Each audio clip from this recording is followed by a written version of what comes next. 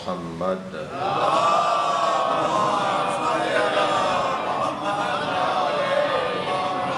وآلہ الطیبین الطاہرین المعصومین الذین قال اللہ انما یرید اللہ لیذہب عنکم الرجس اہل البیت ویطہرکم تطہیرا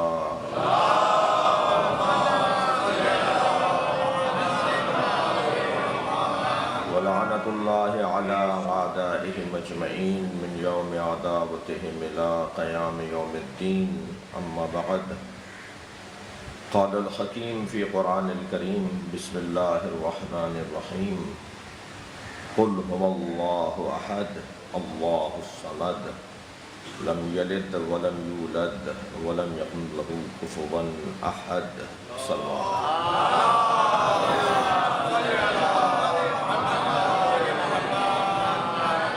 التماس کروں گا، آج روز رحلت بھی ہے، بانی اعضا خانہ حضرت جسٹس سید علی متقی جعفری ابن سید احفاد حسین، ان کی اہلیہ سیدہ نثار بانو بنت علی حسن، ان کی بیٹیاں صغیر فاطمہ بنت علی متقی جعفری، بلقیس سلطانہ جعفری بنت علی متقی جعفری، خورشید فاطمہ بنت سید علی متقی جعفری، رحم اللہ من قرأ الفاتحہ۔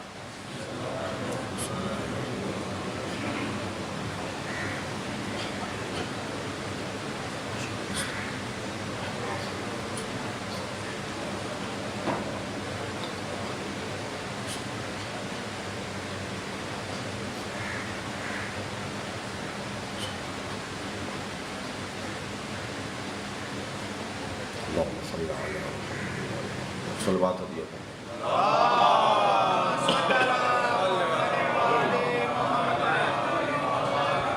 سورہ مبارکہ توحید، پروردگار عالم اپنے اس کلام میں وحدت پروردگار کے نظریے کو بیان کر رہا ہے،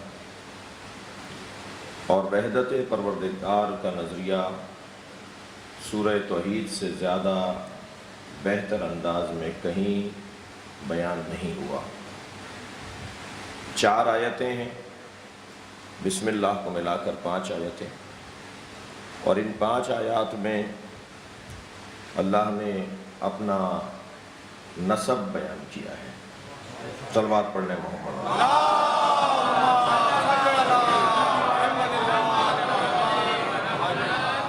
آئندہ کی مجلسوں میں اور تفصیل سے بات ہوگی، لیکن کل کی بحث سے آج کی بحث کو پیوست کروں۔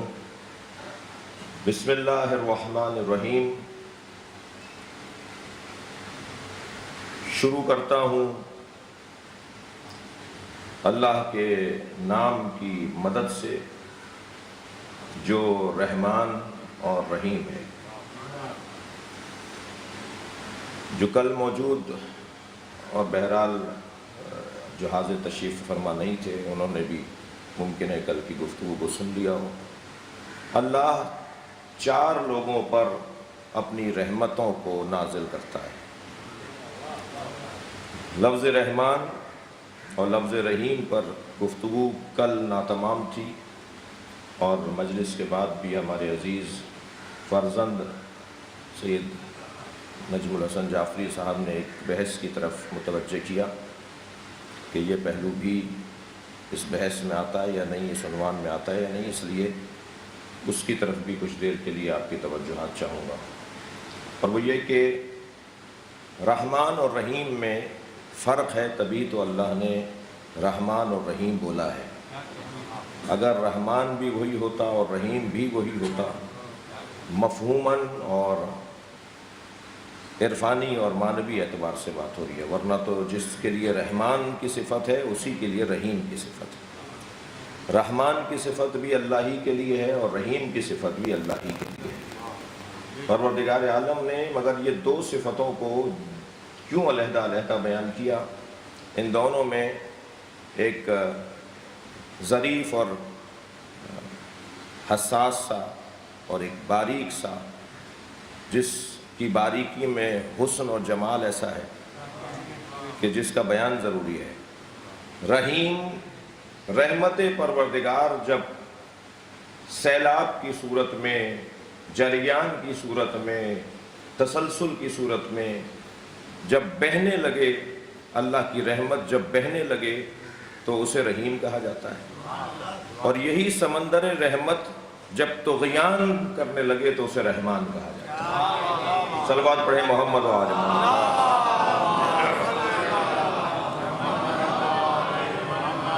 رحمت پروردگار جب جولان کی کیفیت میں ہو، رحمت پروردگار جب طغیان کی کیفیت میں ہو، جب جوش کی کیفیت میں ہو تو اسے رحمان کہا جاتا ہے۔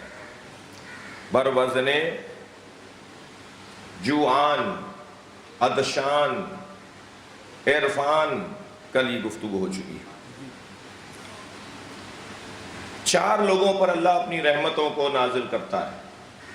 اس مجلس عزا میں آغاز یوم ہے، دن کا آغاز بھی ہے۔ 4 ایسے لوگ ہیں جن پہ اللہ اپنی رحمتیں نازل کرتا ہے۔ سب سے پہلا وہ شخص جس پر اللہ اپنی رحمت نازل کرتا ہے جو مومنین کے درمیان صلح و آشتی کا انتظام اور اہتمام کرے۔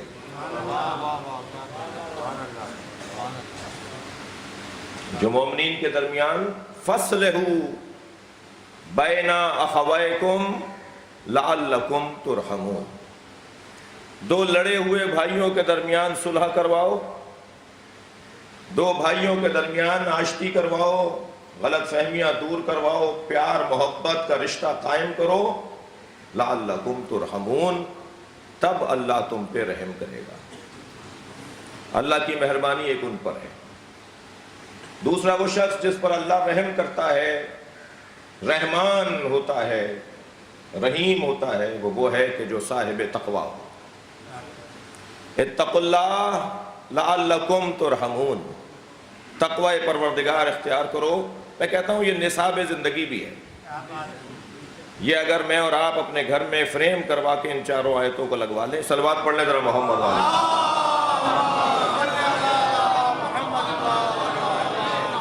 اور آتے جاتے ان آیات کی زیارت کرتے رہیں تو یہ نصاب زندگی ہے، یہ دستور العمل ہے، یہ نصب العین ہے۔ اتقوا اللہ لعلکم ترحمون، تقوی پروردگار اختیار کرو، اللہ تم پہ اپنا رحم کرے گا۔ تیسرا کون ہے جس پر اللہ رحم کرتا ہے؟ اذا قرئ القرآن فاستمعوا لہ وانصتوا لعلکم ترحمون، جب قرآن پڑھا جا رہا ہو تو غور سے سنو، تمہارے غور سے سننے سے اللہ تم پر مہربان ہو جائے گا۔ یہ تیسرا فرض ہے۔ چوتھا وبشر الصابرین، بشارت دے دیجئے میرے حبیب صبر کرنے والوں کو، الذین اذا اصابتہم مصیبہ، جب ان پر مصیبت آتی ہے تو وہ کہتے ہیں، دقت چاہوں گا اہل دقت سے، یہ کہنا بڑی اہمیت کا حامل ہے۔ یہ الفاظ اور موضوعیت رکھتے ہیں، یہ زبان پر آنے والے کلمات یہ کہہ کر جان بخشی نہیں ہو سکتی کہ منہ سے نکل گیا تھا۔ یہ کہنا فضولیات میں اب شامل ہونا چاہیے جب سے یہ میڈیا نے زور پکڑا ہے کہ یہ میں آف دی ریکارڈ بات کر رہا ہوں۔ جب آپ نے آن کر دی، جب آپ نے بول دی، صلوات پڑھنے ذرا محمد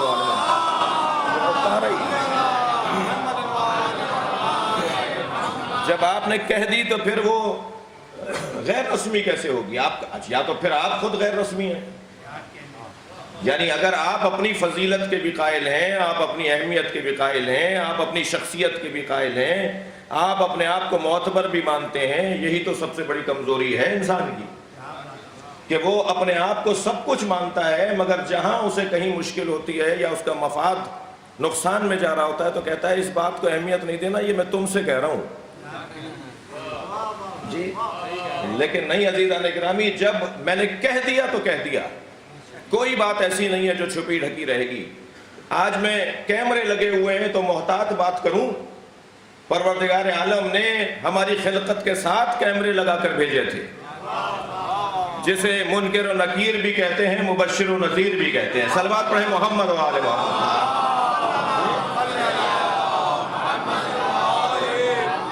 ہمارا کوئی عمل ایسا نہیں ہے جو مخفی ہو، جو چھپا ہوا ہو، جو ریکارڈ پر نہ جا رہا ہو، جسے محسوس نہ کیا جا رہا ہو۔ یہ انسان کے نفسیات کا حصہ ہے کہ جب اسے یہ معلوم ہو جائے اسے کوئی دیکھ رہا ہے تو وہ محتاط ہو جاتا ہے، اور جب وہ یہ سوچتا ہے کہ اسے کوئی نہیں دیکھ رہا تو وہ غیر محتاط ہو جاتا ہے۔ اس کمزوری کو دور کرنے کا بہترین نسخہ ماہ مبارک رمضان میں روزے کی کیفیت ہے۔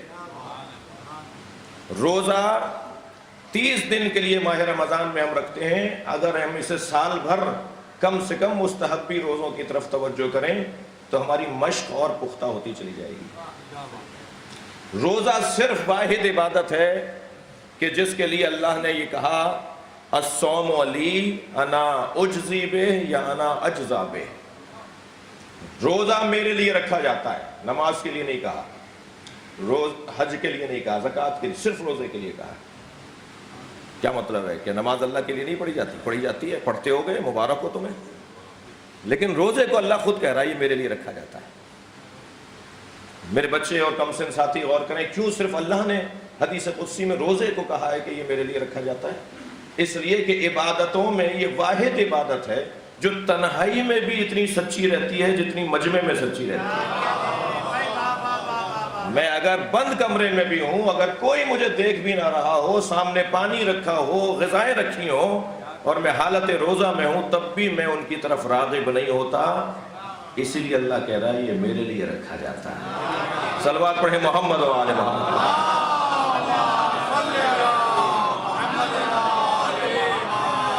عزیزان گرامی، یہ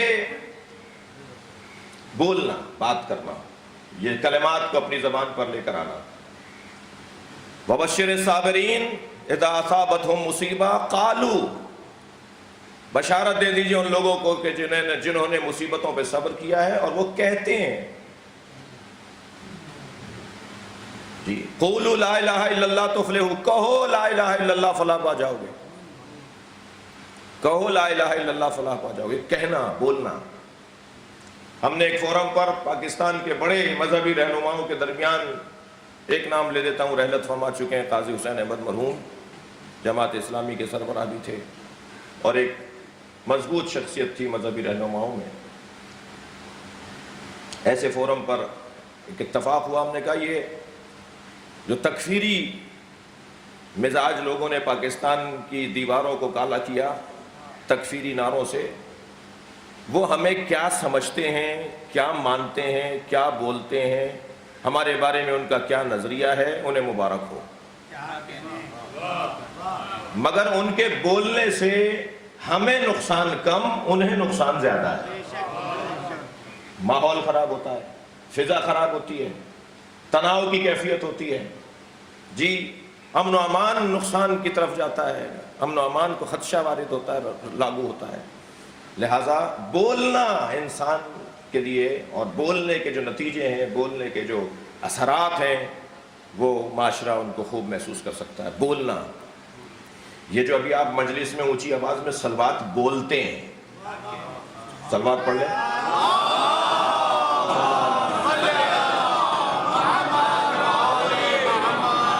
یہ جو مولا علی کا نام آپ یا علی بولتے ہیں، آپ کیا سمجھ رہے ہیں؟ اس کے کوئی نتیجے نہیں ہیں، اس کے کوئی اثرات نہیں ہیں، یہ دور تک بات نہیں جا رہی، یہ وہاں بھی جا رہی ہے کہ جہاں اسے قبول کیا جاتا ہے، اور یہ وہاں بھی جا رہی ہے جہاں قبول کروانا ہے۔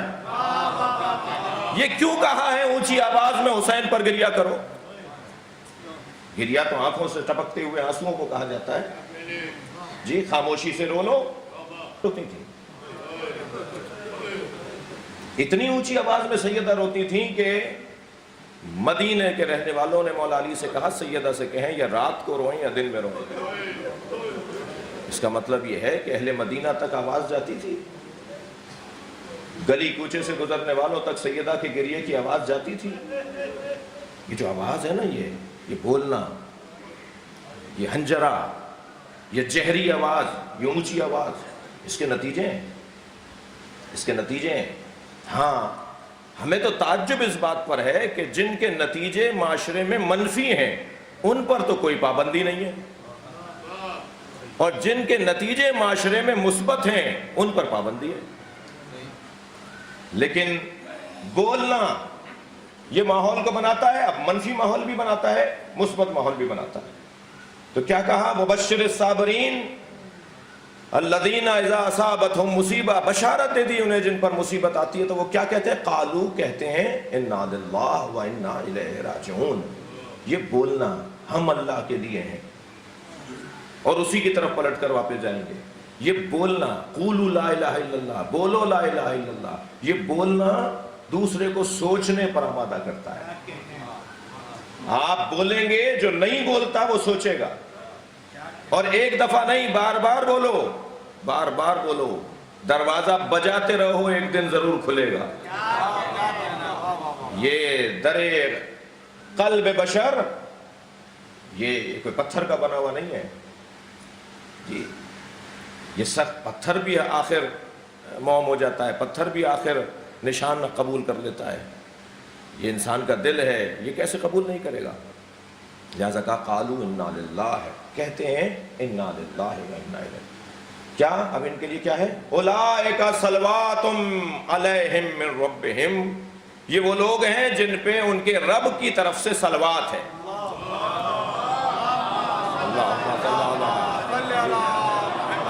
بھائی آپ کی دقت مجھے تھوڑی سی اور چاہیے، یہ کون ہیں جو مصیبتوں میں انا للہ و انا الیہ راجعون بولتے ہیں؟ یہ وہ ہیں جن پہ اللہ کی صلوات ہے۔ مجھے سمجھ میں نہیں آ رہا اس عملیوں میں بل کیسے پیش ہو رہے ہیں کہ فلاں کو صلوات نہیں لکھی جائے گی اور فلاں کو علیہ السلام نہیں لکھا جائے گا۔ اگر میں اور آپ صابر ہو جائیں تو اللہ کی صلوات ہم پر آتی ہے، اہل بیت کا مقام تو بہت بلند ہے۔ صلوات پڑھیں گے محمد و آل محمد۔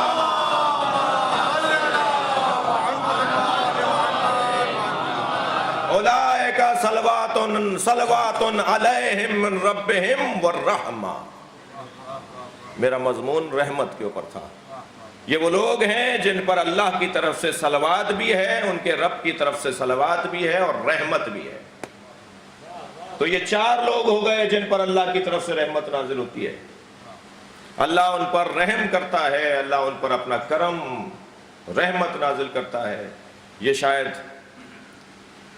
بہت ہی روشن اور واضح قرآن کے زاویہ نگاہ سے دستور العمل ہے، نصب العین ہے۔ عزیزان گرامی، قرآن مجید میں یوں تو آیات غضب الہی بھی ہیں اور آیات رحمت پروردگار بھی ہیں۔ قرآن کی آیات میں ایک آیت سورہ مبارکہ زمر کے اندر اتنی مہربان آیت ہے، اتنا کرم ہے اس آیت میں کہ جس کو اللہ کی بارگاہ میں جس پر جتنا شکر کیا جائے کم ہے۔ آیت ذرا محسوس کیجئے گا۔ بسم اللہ الرحمن الرحیم کی تفسیر بیان کرنے کی کم علمی کے احساس کے ساتھ کوشش کر رہا ہوں۔ قل یا عبادی، اے میرے حبیب کہہ دو، یا عبادی، اے میرے پیارے بندو۔ لہجہ ایسا لگ رہا ہے جیسے ان پیارے بندوں سے بات ہو رہی ہے کہ جن کی آج تک نماز قضا نہیں ہوئی۔ لہجہ ایسا لگ رہا ہے جیسے ان سے بات ہونے جا رہی ہے جنہوں نے نماز شب کبھی نہیں چھوڑی۔ یا عبادی، یہ لہجہ معمولی لہجہ نہیں ہے۔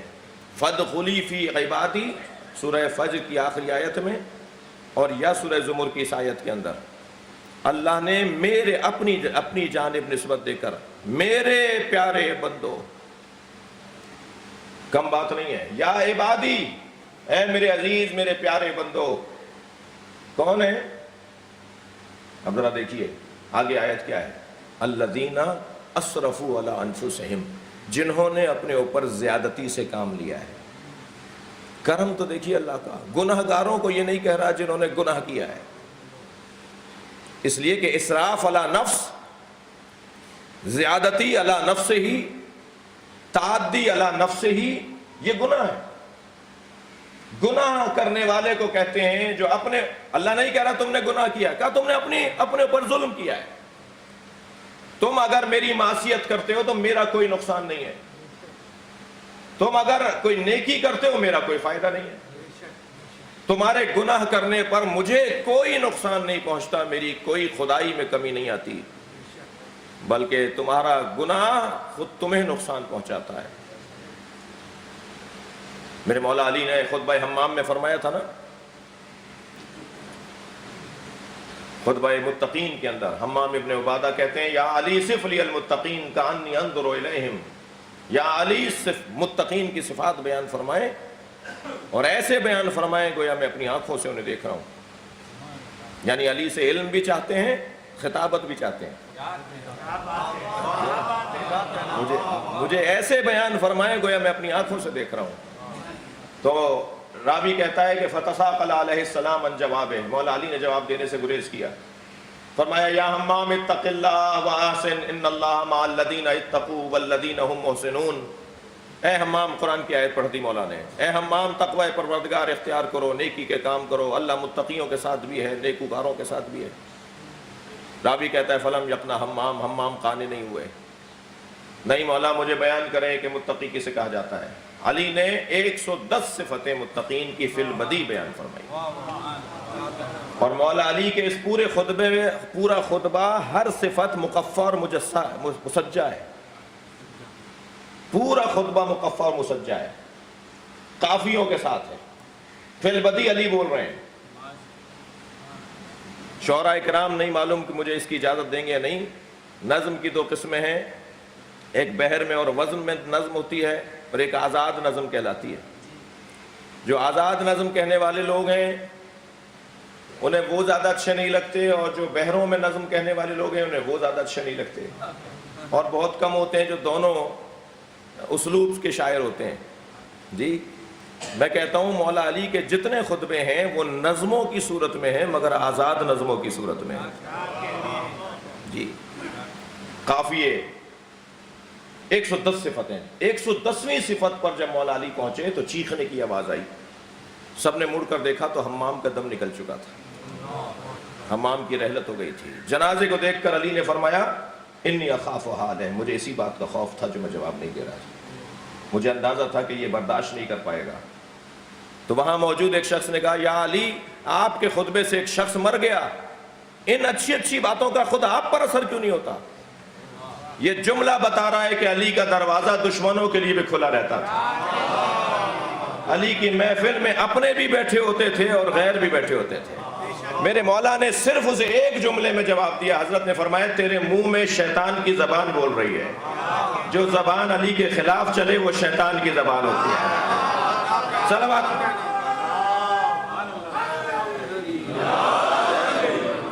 اس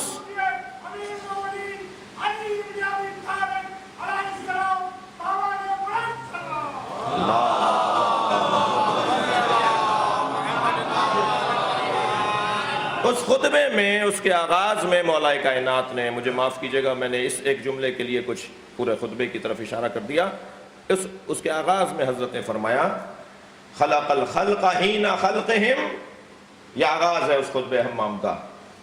اللہ نے مخلوق کو جب خلق کیا تو غنی عن طاعتہم وآمنا عن معصیتہم، مولا علی کا جملہ۔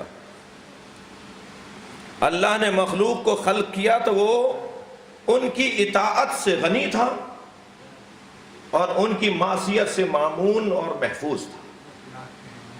وہ اس لیے نہیں بنا رہا تھا مخلوق کو کہ یہ عبادت کریں گے تو میری خدائی بڑھے گی چلے گی، یہ معصیت کریں گے تو مجھے نقصان ہوگا، نہیں، اس سے کوئی غرض نہیں ہے کہ یہ معصیت کریں گے یا مجھے اس سے کوئی فائدہ اور نقصان نہیں ہے۔ معصیت کار، گناہگار اسراف علی نفسہ ہی کا شکار ہوتا ہے، خود اپنا نقصان کر رہا ہوتا ہے۔ میں اگر عبادت نہیں کروں گا اس کا مجھے خود نقصان ہے، میں اگر جھوٹ بولوں گا اس کا مجھے خود نقصان ہے، اگر میں کسی کا مال کھا جاؤں گا اس کا مجھے خود نقصان ہے۔ لہٰذا اللہ نے کرم دیکھیے اس کا، الذین اسرفوا علی انفسہم، اے میرے پیارے بندوں، یہ پیارے کہاں ہیں؟ یہ پیارے ہیں تو پھر نیک کام کرنے والے کیا ہوں گے؟ نہیں، رحمت پروردگار، رحمت الہیہ، دروازہ چھوڑ کر نہیں جاؤ، میرے گھر سے دور نہ رہو۔ ان کا تو کارنامہ ہے کہ جو نیک ہیں اور میرے دروازے پر ہیں، پیارے تو تم ہو کہ میرے نہیں ہو اور دروازہ چھوڑ کر نہیں جا رہے ہو. صلوات پڑھیں محمد و آل محمد.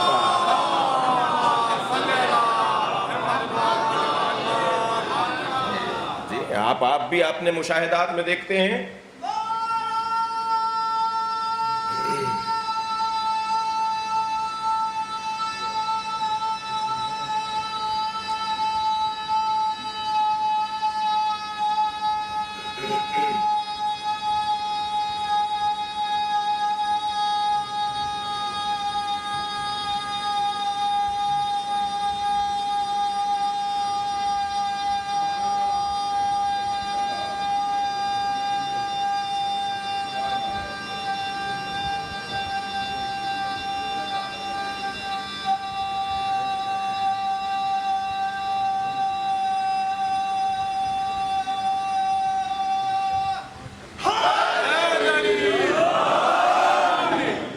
الذین اسرفوا علی انفسہم، جنہوں نے اپنے اوپر زیادتی سے کام لیا. لا تقنطوا من رحمت اللہ. بسم اللہ الرحمن الرحیم ذہن میں رہے. اللہ کی رحمت سے مایوسی اختیار نہ کرو. چھوڑ کر نہیں جاؤ دروازہ. یہ روایت میں نے کہیں بیان کی ہے. سوشل میڈیا کا دور ہے، ممکن ہے آپ میں سے بعض یا اکثر آپ نے سنا ہو تو مجھے معاف کر دیجیے گا. ایک شرابی مگر علی کا نام لینے والا، ایک شراب خوار مگر امام صادق کو چاہنے اور ماننے والا، شراب پی کر اپنے گھر کی طرف آ رہا ہے. جس گلی سے گزر رہا ہے وہ گلی تنگ بہت ہے.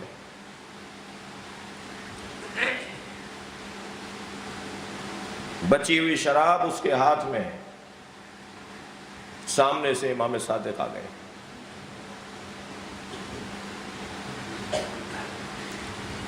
امام کو دیکھ کر کہاں جائے؟ اس شراب کی بوتل کو پیچھے چھپا لیا. امام سامنے آ کے کھڑے ہو گئے. امام نے فرمایا تمہارے ہاتھ میں کیا ہے؟ کیا کہے؟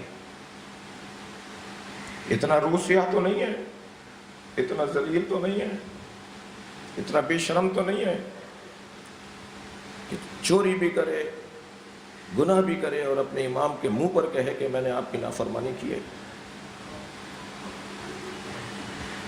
کہنے لگا سرکہ ہے. شراب چھپائی ہوئی ہے، کہنا ہے سرکہ ہے. امام نے فرمایا ہمارے ہاتھ میں ڈالو. اللہ اکبر. کہاں جائیے؟ وہیں لو لگائی یا اللہ ذلیل ہو جاؤں گا. کیسے امام کے ہاتھ میں نجس چیز ڈالوں؟ جب تم امام کے ہاتھ پہ نہیں ڈال سکتے تو اس سینے میں کیوں ڈال رہے ہو جس میں حسین بستا ہے؟ یہ شراب اس سینے میں کیوں ڈال رہے ہو جس میں علی بستا ہے؟ امام نے ہاتھ پھیلایا ہوا ہے. میرے ہاتھ پہ ڈال دو سرکہ ہے تو. وہیں لو لگائی یا اللہ مجھے معاف کر دے، میں تجھ سے عہد کرتا ہوں آئندہ شراب نہیں پیوں گا. شراب کی بوتل کو ڈرتے ڈرتے آگے کیا. امام نے فرمایا یہ سرکہ ہے.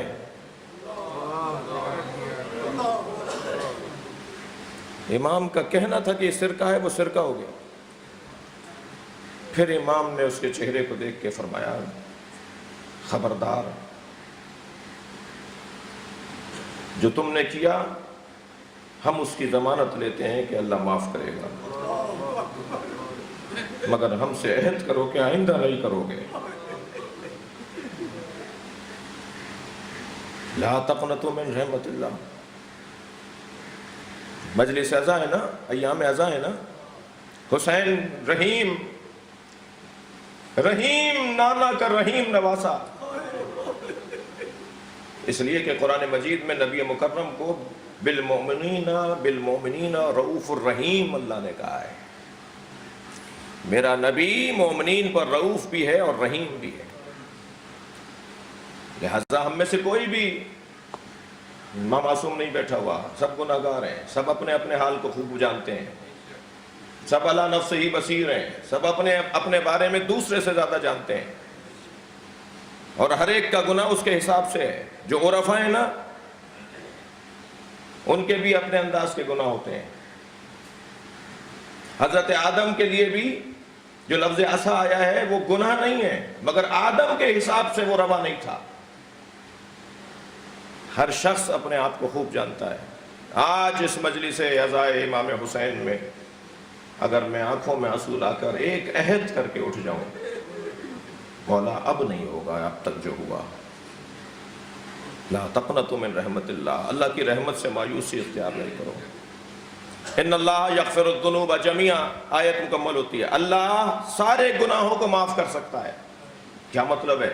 جو میں نے آپ کا گناہ کیا ہے، جو میں نے آپ کے ساتھ زیادتی کیا ہے، جو فلاں نے فلاں کے ساتھ زیادتی کیا ہے، وہ تو اس کے ساتھ زیادتی ہے، وہ بھی اللہ معاف کر دے گا۔ ہاں، مجلس پوری سن کر میرا یہ والا مطلب پورا سن کے جائیں، اگر کوئی آدھے میں سے اٹھ کے جائیں اور جا کے کہیں مولانا بولے غلط بات کر رہے تھے، بات پوری سنیں۔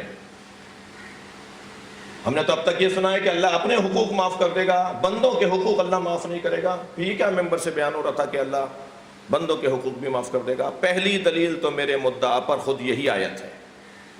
کیا کہا ہے قرآن نے؟ ان اللہ یغفر الذنوب جميعا، اللہ سارے گناہ معاف کرے گا۔ تو سارے گناہوں میں سارے گناہ نہیں آتے، جو بندوں کے گناہ گار ہوتے ہیں وہ گناہ نہیں آتے۔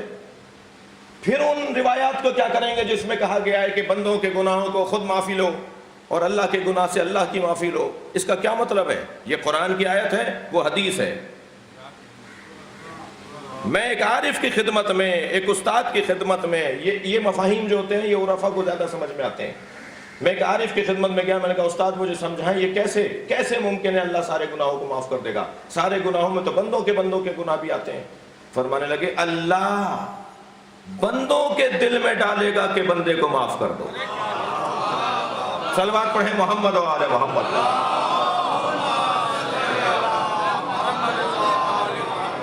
تم بس اپنا تعلق اپنے رب سے جوڑے رکھو، تمہارا تعلق تمہارے رب سے گہرا رہے، پھر اللہ لوگوں کے دلوں کو نرم بنائے گا۔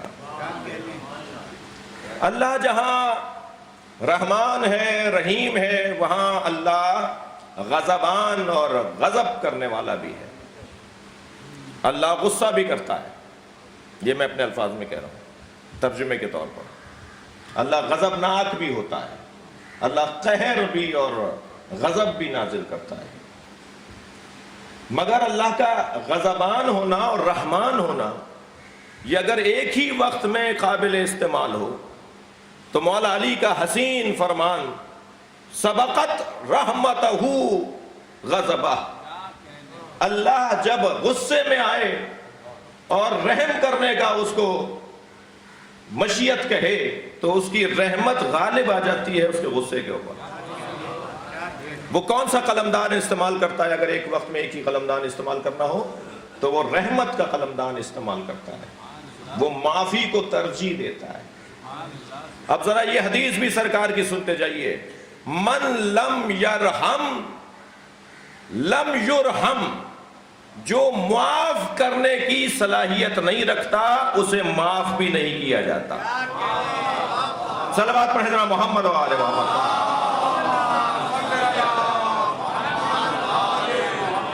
جو درگزر کرنے کی، بسم اللہ الرحمن الرحیم ذہن میں رہے، جو درگزر کرنے کی صلاحیت نہیں ہے وہ درگزر کرتا ہی نہیں ہے، بدلہ لینے کا اس کو۔ اللہ علامہ طالب جوہری کی مغفرت فرمائے، اس سال وہ ہمارے درمیان نہیں ہے، کم و بیش 50 سال سے زیادہ انہوں نے ممبر کی سالم خدمت انجام دی، ممبر کی سالم خدمت، جھول نہیں تھا، کمزوری نہیں تھی، کوئی بات ایسی نہیں تھی کہ جو بات شایع نشان نہ ہو۔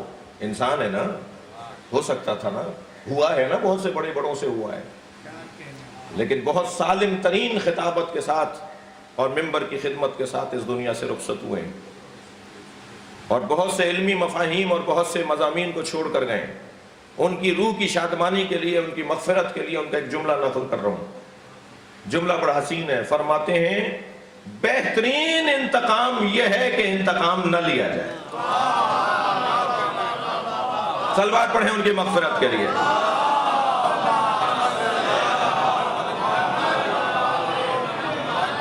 بھئی کیسے ممکن ہے بسم اللہ الرحمن الرحیم ہم پڑھ رہے ہوں اور رحمان اور رحیم تو بول رہے ہیں اور خود رحیم نہ ہو, خود اس کا اثر ہمارے اوپر نہ ہو. جی بسم اللہ اللہ اکبر. نبی مکرم صحابہ کرام کو 10 آیتیں دیتے تھے اور جب تک 10 آیتوں پر وہ عمل نہیں کر لیتے تھے دوسری 10 آیتیں انہیں نہیں دیتے تھے. یہ پڑھنے کے لیے قرآن ضرور ہے مگر قرآن کا اصلی فلسفہ عمل ہے. حضرت ابو ذر غفاری تشریف لاتے تھے, مولا علی کھڑے ہو جاتے تھے. ایک دن بڑا احترام کر رہے تھے کہ ایک صحابی نے پوچھ لیا یا علی آپ ابو ذر کا احترام نسبتاً زیادہ کرتے ہیں. فرمانے لگے یہ قرآن کی 10 آیتوں کے فقیہ ہیں.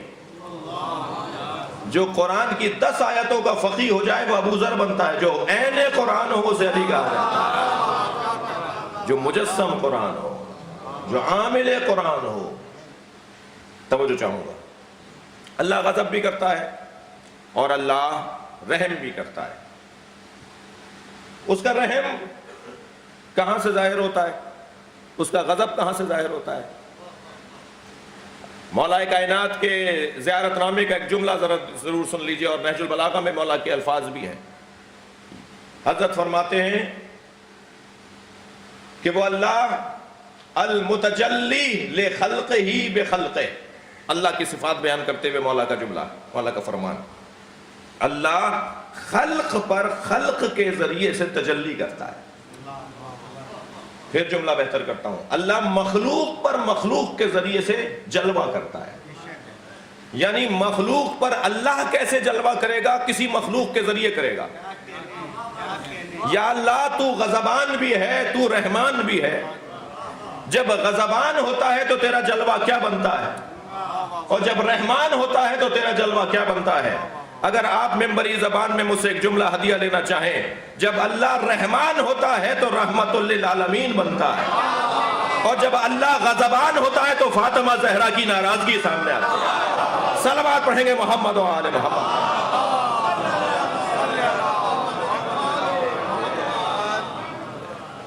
اللہ کا غضب. اچھا یہ بھی ذہن میں رہے, ہماری طرح نہیں ہے معاذ اللہ کہ جب مزاج پر بھاری گزرا تو غصہ آ گیا, اور نہیں معلوم, بعض لوگ تو اتنے پریشان حال ہوتے ہیں کہ پتہ نہیں ہوتا کب ناراض ہو جائے. یعنی اتنے مشکل لوگ ہوتے ہیں کہ یہ ڈھونڈنا مشکل ہوتا ہے کہ کب یہ ناراض ہو جائیں گے اور کب خوش ہوں گے, کون سی بات ہے جو انہیں بری لگ جائے. یہ بھی تکبر کی انتہائی کیفیت ہے. انتہائی متکبر شخص جو ہوتا ہے نا, اس کا کچھ نہیں پتا ہوتا کب غصہ آ جائے گا. اس جو اپنے ہی قابو میں نہیں ہے, جو اپنے ہی کنٹرول میں نہیں ہے. لہٰذا جو اس کے ماتحت ہوتے ہیں, متعلق ہوتے ہیں, گھر والے ہوتے ہیں, بچے ہوتے ہیں, متعلقین ہوتے ہیں, وہ ذرا گھبرائے ڈرے رہتے ہیں کہ پتہ نہیں کیا ہو جائے. بعض لوگ تو گھر میں آتے ہیں تو ایک ایسا لگتا ہے جیسے کوئی اژدہا یا کوئی سانپ آ گیا ہو. اماں آواز دے کر کہتی ہیں بچوں سے ذرا خاموش ہو جاؤ, ابا آ گئے, ذرا سنبھل کے رہنا, ابا آ گئے. ابا آ گئے ہیں, جلاد آ گئے.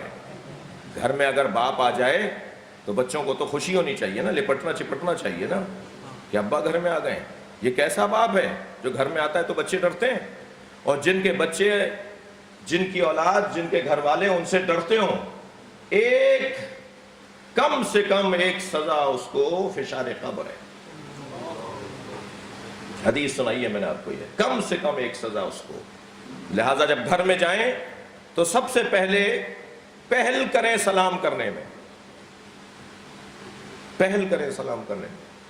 بچے ہیں تو بچیوں کو پہلے گفٹ اور ہدیہ دیں اور بات پہلے ان سے کریں. بیٹیاں اگر گھر میں ہیں تو پہلے بیٹی سے بات کریں, پہلے بیٹی کے لیے کچھ لے کر جائیں, پہلے بیٹی سے گفتگو کریں, پھر بیٹے سے بات کریں. توجہ چاہوں گا, یہ گھرانہ غصہ کرتا ہے تو مشیت الہی, خوش ہوتے ہیں تو مشیت الہی. نہ ان کا غصہ اپنی وجہ سے ہے, نہ ان کی خوشی اپنی وجہ سے. انہوں نے خود کو وہاں ضم کر دیا ہے, ہمیں ان میں ضم ہو جانا چاہیے. نہ ہمارا غصہ اپنا ہونا چاہیے نہ ہماری خوشی اپنی ہونی چاہیے۔ ان کا غصہ اللہ کی خاطر ہے، مشیت پروردگار کی خاطر ہے۔ سرکار دو جہاں نے ایک صحابی سے 10 لوگ تھے فتح مکہ سے، معاف کیجیے گا، ہجرت کے موقع پر 10 لوگ تھے کہ جو لکھنا جانتے تھے صحابہ کرام میں۔ حضرت نے ان میں سے ایک صحابی سے کہا کہ جو میں بولوں اسے لکھ لیا کرو، جو کہوں اسے لکھ لیا کرو۔ اس نے فوراً کہا افی غضبک ام لا، غصے والا جملہ بھی لکھ لوں؟ جب آپ غصہ کریں گے اس کو بھی لکھ لوں؟ حضرت نے فرمایا ما اقول الا الحق، کیا سمجھتے ہو ہم کچھ بولتے نہیں ہیں مگر حق بولتے ہیں۔ صلوات پڑھیں ذرا محمد و آل محمد۔ تم نے یہ کیسے سوچ لیا کہ غصے میں بولوں تو وہ صحیح نہیں ہوگا اور رحم اور مہربانی اور کرم اور رافت کے ساتھ بولوں گا تو وہ صحیح ہوگا؟ ہم جو بولیں گے وہ حق ہے، اسے لکھ لیا کرو۔ اللہ کا غضب ظاہر ہوتا ہے ان کے ذریعے سے، اللہ کا رحم ظاہر ہوتا ہے ان کے ذریعے سے، اللہ کی برکتیں ان کے ذریعے سے آتی ہیں، اللہ کی لعنتیں بھی ان کے ذریعے سے آتی ہیں۔ مباہلے کے اندر کیا کہا ہے؟ فَنَجْعَلْ لَعْنَتَ اللَّهِ عَلَى الْكَاذِبِينَ، جو لوگ جھوٹے ہوں گے ان پر ہم بھیجیں گی اللہ کی لعنت۔ تو جب اللہ کی لعنت ان کے ذریعے سے آئے گی تو اللہ کی رحمت بھی ان کے ذریعے سے آئے گی۔ یہ رحمت پروردگار کا واسطہ بھی ہے، یہ لعنت الہیہ کا واسطہ بھی ہے، یہ رحم پروردگار کا واسطہ بھی ہے، اور یہ کرم اور غضب الہیہ کا واسطہ ہے۔ کہنے لگے کہ ہمیں اس پہاڑ سے اونٹنی چاہیے، حضرت صالح کی امت، اس پہاڑ سے اونٹنی چاہیے، اور اونٹنی بھی ایسی ہو جس کے تھن بہت بڑے ہوں، جس سے دودھ بہت آتا ہو، اور ایک بچہ بھی اس کے ساتھ ہونا چاہیے۔ فرمائشیں تو دیکھیے۔ اور ادھر ایک نبی ہے اور نبی کا دعویٰ یہ ہے کہ نبوت پر کوئی اگر معجزہ طلب کرے گا تو وہ معجزہ دے گا۔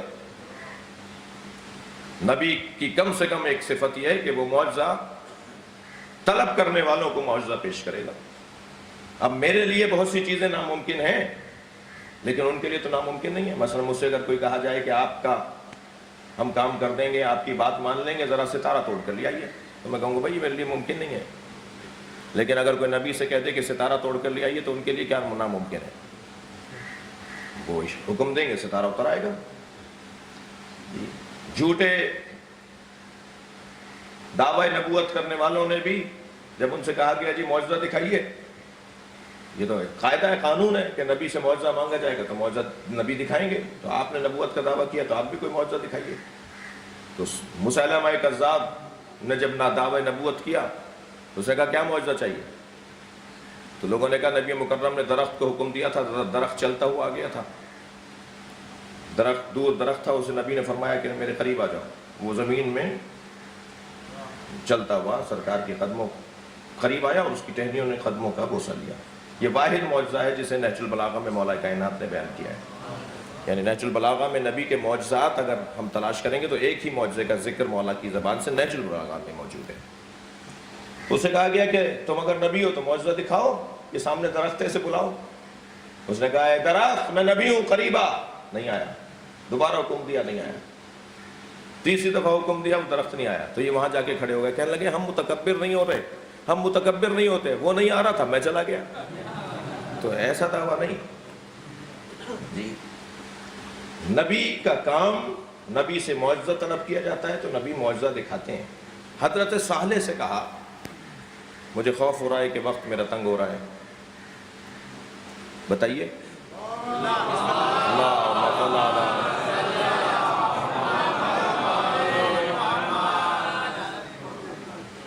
اب وہ جمہوریت، یہ کوئی الیکشن تو ہوا نہیں ہے۔ اب وہ جو 2 4 5 جنہیں جانا ہوگا نا، علی بھائی جیسے جنہیں اپنے آفس پہنچنا ہوگا، وہ ممکن ہے سوچ رہے ہوں کہ مولانا نے تو الیکشن کروا لیا، اکثریت کی رائے۔ صلوات پڑھیں ذرا محمد والے۔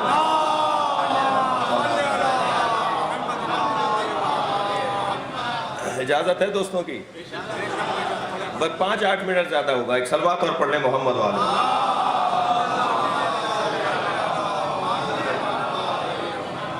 حضرت صالح، اب میں ایک نقطہ دے کر صرف ایک بات کر کے جاؤں گا، اور یہ بات تھوڑی سی لطیف ہے، ظریف ہے، حساس ہے اور سننے کی ہے، اس لیے میں آپ کی خدمت میں ہدیہ کر رہا ہوں۔ حضرت صالح سے کہنے لگے اس پہاڑ سے کہیے، اس پہاڑ سے اونٹنی نکال کے دکھائیے، اور اونٹنی بھی ایسی ایسی ہو جو میں نے بیان کی۔ تو جیسے ہی انہوں نے کہا نا کہ ہمیں اونٹنی چاہیے اس پہاڑ سے، تو حضرت صالح نے فوراً فرمایا ھذہ ناقۃ اللہ، یہ رہا اللہ کا ناقہ۔ کوئی نہیں تھا، پہاڑ تھا، وہی پہاڑ جس کی طرف انہوں نے کہا تھا اسے اونٹنی نکال کے دکھائیں۔ حضرت صالح نے فوراً فرمایا ھذہ ناقۃ اللہ۔ جیسے ہی کہا ناقۃ اللہ، پہاڑ پھٹنے لگا، ایک اونٹنی باہر آ گئی،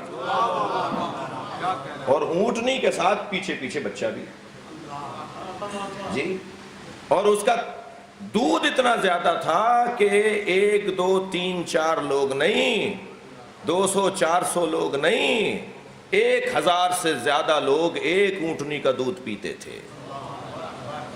پوری ملت، پوری قوم اس کا دودھ پیتی تھی۔ ناقۃ اللہ، اچھا اللہ کا کوئی ناقہ ہوتا ہے کیا؟ نہ اللہ نے اس پہ سواری کی تو پھر یہ اللہ کا ناقہ کیسے؟ نہ معاذ اللہ اللہ اس کا دودھ استعمال کرتا ہے تو پھر یہ اللہ کا ناقہ کیسے؟ یہ اللہ کا ناقہ اس لیے ہے کہ اللہ کے نبی کی اس بات نبوت کے لیے پیش ہوا ہے۔ جو دلیل نبوت نبی بن جائے وہ اللہ سے منسوب ہو جاتا ہے۔ تو اگر پہاڑ سے نکلتا ہوا ناقہ تمہیں سمجھ میں آ رہا ہے تو نبی کی نبوت پہ دلیل ید اللہ تمہیں کیسے سمجھ میں نہیں آ رہا؟ صلوات پڑھیں گے محمد و آل محمد۔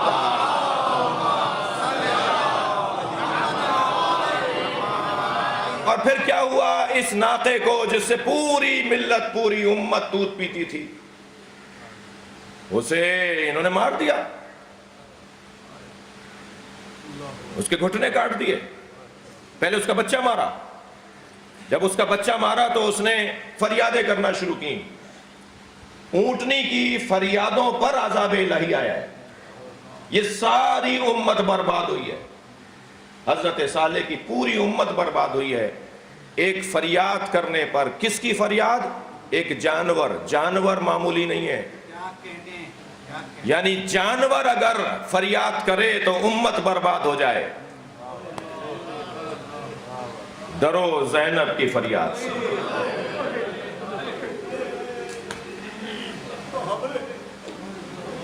ڈرو جناب رباب کی فریاد سے۔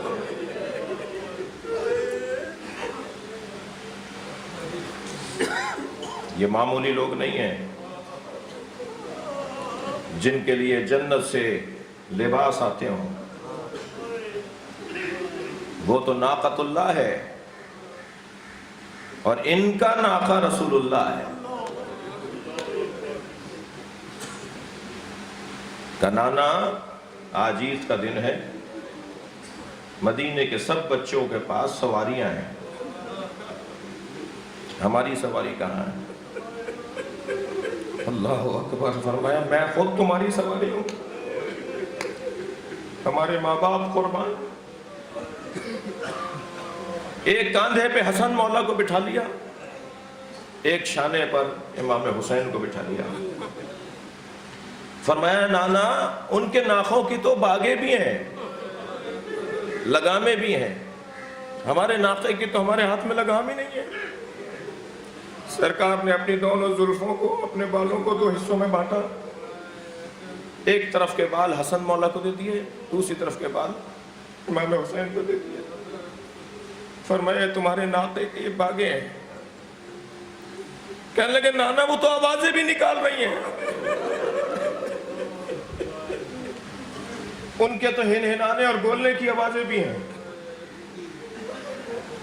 یہ لاڈ نہیں اٹھائے جا رہے ہیں، یہ وحی الہی کے مطابق ہو رہا ہے۔ اللہ چاہتا ہے کہ ایسا دکھاؤ جو کوئی کام نہ کرتا ہو بغیر وحی الہی کے، جو کوئی بات نہ کہتا ہو بغیر وحی الہی کے۔ یا اس آیت کو مانو یا اس کو سمجھو۔ پھر رف رف کی آواز نبی نے اپنے منہ سے نکالی، رف رف کی آواز. جو روایت کہہ رہی ہے، جو حدیث کا جملہ ہے وہ سنا رہا ہوں میں آپ کو. سرکار نے ایک آواز نکالی اپنے منہ سے تاکہ حسن اور حسین راضی ہو جائے. ایک گلی سے گزر رہے، ایک بچے کے رونے کی آواز ایک گھر سے آ رہی ہے. اس بچے کے رونے کی آواز حسین کے رونے سے مشابہ تھی. سنیں گے ذرا، رو نبی سے برداشت نہیں ہوا، فوراً دروازہ بجا دیا. صحابہ کرام بھی ساتھ ہیں. سرکار کے دروازے پر ایک خاتون آئی. حضرت نے بے ساختہ فرمایا اس کی آواز میرے حسین سے ملتی ہے، اسے رونے نہیں دو. سرکار مدینے کی ایک گلی سے گزر رہے ہیں کہ بچے رستے میں کھیل رہے ہیں. ان بچوں میں ایک بچے کو گود میں اٹھایا، اس کے سر پہ ہاتھ پھیرا، پیار کیا، اور پھر اسے زمین پر اتار کر روانہ ہوئے. تو ایک صحابی نے پوچھا یا رسول اللہ یہ کس کا بچہ ہے؟ یا رسول اللہ یہ کس کا بچہ ہے؟ فرمایا مجھے اس سے غرض نہیں ہے یہ کس کا بچہ ہے، مجھے تو یہ غرض ہے یہ میرے حسین سے پیار کرتا ہے. میں نے اسے دیکھا ہے جب حسین گھر سے باہر نکلتا ہے تو یہ اس کے پیچھے پیچھے چلتا ہے. اگر کوئی حسین کو تکلیف ہونے والی ہوتی ہے تو بڑھ کر یہ احترام کرتا ہے. جو میرے حسین سے پیار کرتا ہو مجھے اچھا لگتا ہے. حضرت ام سلمہ سے فرمایا میں سفر سے لوٹا ہوں، کچھ دیر مجھے استراحت کرنی ہے. اگر کوئی ملاقات کے لیے آئے تو اسے اتنا کہنا نبی محو استراحت ہیں. فرماتی ہیں اسے اہل سنت شیعہ، یہ جو جتنی روایتیں پڑھ رہا ہوں یہ سب اہل سنت بھائیوں کی کتابوں میں ہیں. بی بی فرماتی ہیں کہ کچھ دیر کے بعد حسین دوڑتے ہوئے آئے. سن و سال 3 یا 4 سال ہیں امام حسین کے. اور پہلا سوال یہ کیا نانی میرے نانا آ گئے؟ سفر سے لوٹے تھے سرکار، نانا رسول آ گئے؟ فرمایا ہاں بیٹا تمہارے نانا آ گئے ہیں مگر وہ آرام کر رہے ہیں. اور انہوں نے کہا ہے کہ کوئی ملنے آئے تو اسے کہہ دو کہ میں محو استراحت ہوں. سنیں گے دادارو؟ تو امام حسین نے فرمایا میرے لیے بھی کہا تھا؟ فرمایا تمہارے نانا نے تخصیص نہیں لگائی، تمہارے نانا نے یہ نہیں کہا کہ حسین کے لیے نہیں ہے. ادب احترام دیکھیے. حسین واپس لوٹ گئے. مولا لوٹے ابھی کچھ ہی آگے گئے تھے کہ حجرے سے نبی باہر آئے. روایت کہتی ہے سر پہ امامہ نہیں تھا، پیروں میں نالینیں نہیں تھی، ابادوش پہ نہیں تھی، سرکار کی قمیض کے بٹن کھلے ہوئے تھے. فرمایا ام سلمہ تم نے حسین کو بھی لوٹا دیا. آگے بڑھ کر اپنے بچے کو گود میں لیا، آغوش سے لگایا ہے میرے مولا نبی نے. بی بی فرماتی ہیں حجرے میں لے گئے. کچھ دیر کے بعد مجھے نبی کے رونے کی آواز آئی، اور آواز اتنی شدید تھی کہ میں حجرے میں داخل ہو گئی. تو میں نے کیا دیکھا کہ حسین کی قمیص اتاری ہوئی ہے اور سینے کا بوسہ لے رہے، کبھی گلے کا بوسہ لے رہے، کبھی بازوؤں کا بوسہ لے رہے، اور بوسے لے لے کے رو رہے ہیں. میں نے کہا یا رسول اللہ اس بچے کو کیا ہو گیا؟ فرمایا مجھے جبریل نے بتایا اس بدن پہ گھوڑے دوڑیں گے.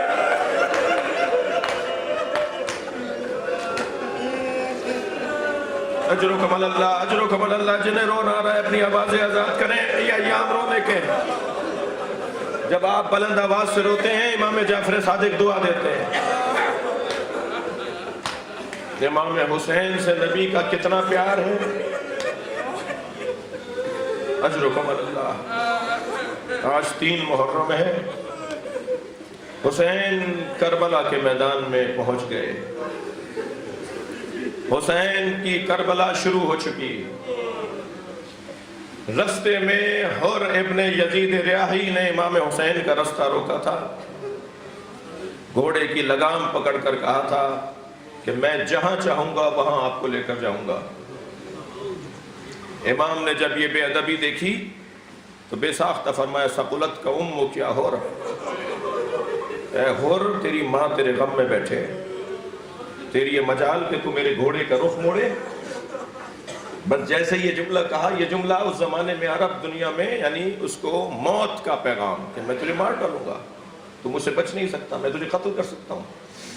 جب اس نے یہ جملہ سنا تو کہنے لگا آپ کی ماں اگر زہرا نہ ہوتی تو میں بھی کچھ کہتا۔ یہاں سے امام حسین نے اندازہ کیا کہ اس کے دل میں حب زہرا ہے، اور جس کے دل میں حب زہرا ہو وہ دوزخ میں نہیں جائے گا۔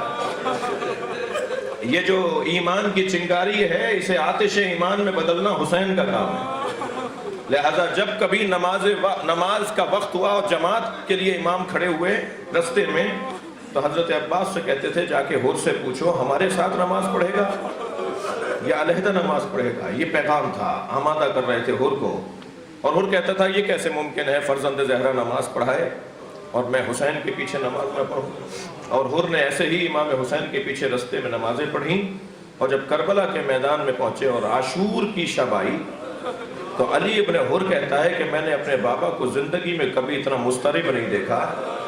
ایک بڑا بہادر تھا، بڑا سردار تھا حر، میں نے کبھی اپنے بابا کو اس طرح مضطرب نہیں دیکھا جتنا شب عاشور دیکھا۔ کہ میں نے دیکھا کہ وہ خیموں کے درمیان چہل قدمی کر رہے ہیں اور ان کی زبان پر کچھ کلمات ہیں اور چہرے پر اداسی ہے۔ تو میں قریب گیا، میں نے کہا بابا کیا پریشانی ہے، آپ پریشان لگتے ہیں۔ کہنے لگا ذرا کان لگا کے سنو حسینی خیموں کی طرف سے، کان لگا کے سنو حسینی خیموں کی طرف سے آواز آ رہی ہے کوئی؟ تو علی ابن حر کہتا ہے میں نے کہا ہاں بابا آوازیں تو آ رہی ہیں۔ کہا کیا آوازیں؟ کہا بابا آواز آ رہی ہے العطاش، ہائے پیاس پیاس۔ بیٹا یہ آوازیں چھوٹے چھوٹے بچوں کی ہیں، میں انہیں کربلا کے میدان میں لے کر آیا ہوں، میری وجہ سے یہ آج پیاسے ہیں، اور بیٹا میں جنت اور دوزخ کے درمیان خود کو محفوظ کر رہا ہوں، خود کو محسوس کر رہا ہوں جنت اور دوزخ کے درمیان۔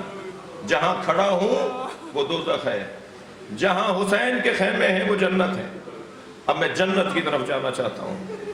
صبح عاشور نمودار ہوئی، گھوڑے کو پانی پلانے کی غرض سے نکلے، پانی پلا کر جانے لگے حسینی خیموں کی طرف کہ کان میں آواز آئی، مڑ کے دیکھا تو بیٹا علی ابن حر۔ بابا جنت اکیلے جاؤ گے؟ بابا ہمیں چھوڑے جا رہے ہو؟ مجھے بھی اپنے ساتھ لے کر جاؤ۔ کہا بیٹا پھر میرے سر سے امامہ اتار دو، امامہ عزت دار لوگ پہنتے ہیں، میری عزت تو اسی وقت ختم ہو گئی تھی جب زینب کے چیخنے کی آواز آئی، زینب کے رونے کی آواز آئی، اسی وقت میں بے عزت ہو گیا۔ پہنچے امام حسین کی خدمت میں، جیسے امام نے حر کو آتے ہوئے دیکھا آواز دی عباس میرا مہمان آ رہا ہے، علی اکبر بڑھو مہمان کا استقبال کرو، اللہ رے رافت و محبت و کرم حسینی۔ بڑھ کر استقبال کیا، گلے سے لگایا، حر نے کہا مولا کیا میرے لیے معافی کی گنجائش ہے؟ کیا میں معاف کیا جا سکتا ہوں؟ فرمایا حر انت حر فی الدنیا والآخرہ، اے حر میں نے بھی تجھے معاف کیا، میرے اللہ نے بھی تجھے معاف کیا، مگر حر ہم شرمندہ ہیں، پلانے کو پانی بھی نہیں ہے۔ کہ مولا سب سے پہلے میں اپنی قربانی دینا چاہتا ہوں، بہت گریہ کر لیا، بس دو جملے سن لیجئے، مولا سب سے پہلے میں اپنی قربانی دینا چاہتا ہوں۔ امام نے اجازت دی تو بیٹے نے بڑھ کر کہا بابا باپ کیسے مارا جائے جب بیٹا زندہ ہو، مجھے جانے کی اجازت دیجئے۔ علی ابن حر کو آمادہ کیا، میدان کربلا میں علی ابن حر نے جا کر جہاد کیا، اور جب اکیلا شخص لڑ رہا ہو اور ہزاروں کا لشکر اسے مارنا چاہتا ہو تو بالآخر زخم و کتاب نہ لا کے زمین پر گرا، اور گرتے گرتے کہا بابا حر میری مدد کیجیے گا، آپ لوگ بھی صاحبان اولاد ہیں، آپ میں بھی اولاد والے لوگ بیٹھے ہیں، اگر بیٹا باپ کو اس حالت میں پکارے تو باپ کی کیا کیفیت ہوگی؟ میں رونے والوں سے پوچھتا ہوں جب علی نے آواز دی تھی تو حر کتنی جلدی روانہ ہوا ہوگا، کتنی عجلت میں بیٹے کی طرف گیا ہوگا۔ سنیں گے حر جلدی سے روانہ ہوا، مگر جب وہاں پہنچا تو کیا دیکھا؟ حسین پہلے سے موجود۔ امام حسین نے اپنے مہمان کی لاش اپنی گود میں اٹھائی، حر نے بڑھ کر کہا مولا یہ غلام زادہ ہے، یہ آپ کے غلام کا بچہ ہے، آپ گودی میں کیسے اٹھائیں گے؟ فرمایا حر جوان کی میت باپ نہیں اٹھاتا،